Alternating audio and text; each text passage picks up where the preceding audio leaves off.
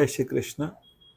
35वें 36वें श्लोक में प्रथम अध्याय में अर्जुन भगवान को संबोधन करता है कि हे समस्त जीवों के पालक। इसका मतलब अर्जुन को बहुत अच्छे से पता है कि भगवान को जनार्दन कहा। जनार्दन का मतलब समस्त जीवों के पालक, समस्त दुनिया को आश्रय देने वाले। लेकिन फिर भी अर्जुन अपने मन के भाव भगवान से कह रहा है। वो कहता है धृतराष्ट्र के पुत्रों का वध करके हमें क्या सुख प्राप्त होगा, और यद्यपि वे अत्याचारी हैं फिर भी हमें उनका वध करके कुछ नहीं मिलेगा। और साथ साथ ये बात भी कहना चाह रहे हैं कि हमें उनको मारने का पाप लगेगा। अर्जुन कोई कम ज्ञानी नहीं थे। उन्होंने सब तरह की संहिताएं, सब तरह के शास्त्र पढ़ रखे थे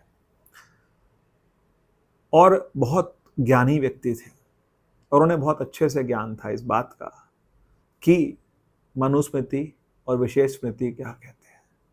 मनुस्मृति और विशेष स्मृति कहते हैं कि ऐसे व्यक्ति को मारने से कोई पाप नहीं लगता जो किसी के घर पे आग लगा दे, जला दे किसी के घर को।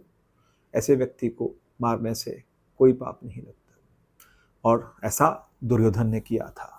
यह हमको सबको विदित है कि लाक्षागृह के अंदर पूरे परिवार को जलाने का प्रयास किया गया था। दूसरा, किसी के भोजन में विष मिलाने वाला।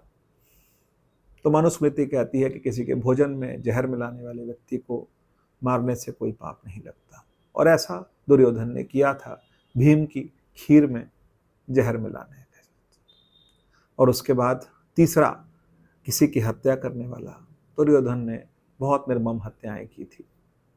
और उसके बाद सबसे ज़्यादा जो बात आती है, चौथी बात, किसी का धन लूटने वाला।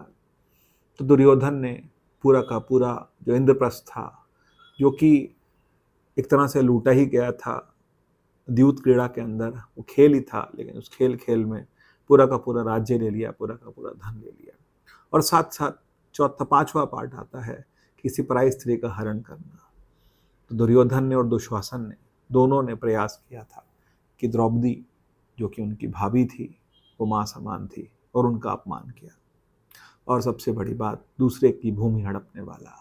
पूरा का पूरा इंद्रप्रस्थ हड़पने के बाद दुर्योधन कहता था कि मैं 5 गांव क्या, मैं सुई की नोक के बराबर भी जमीन नहीं दूंगा।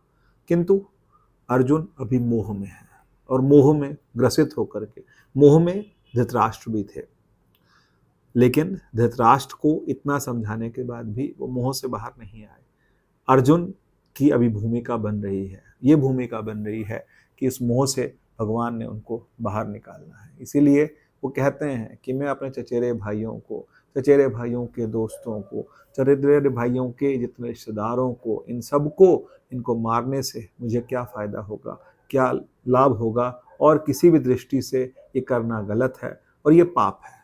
तो पहली बात कि वो भगवान को ये समझाना चाह रहे हैं, भगवान को एक सूर्य को दिया दिखा करके बताना चाह रहे हैं कि ये पाप है।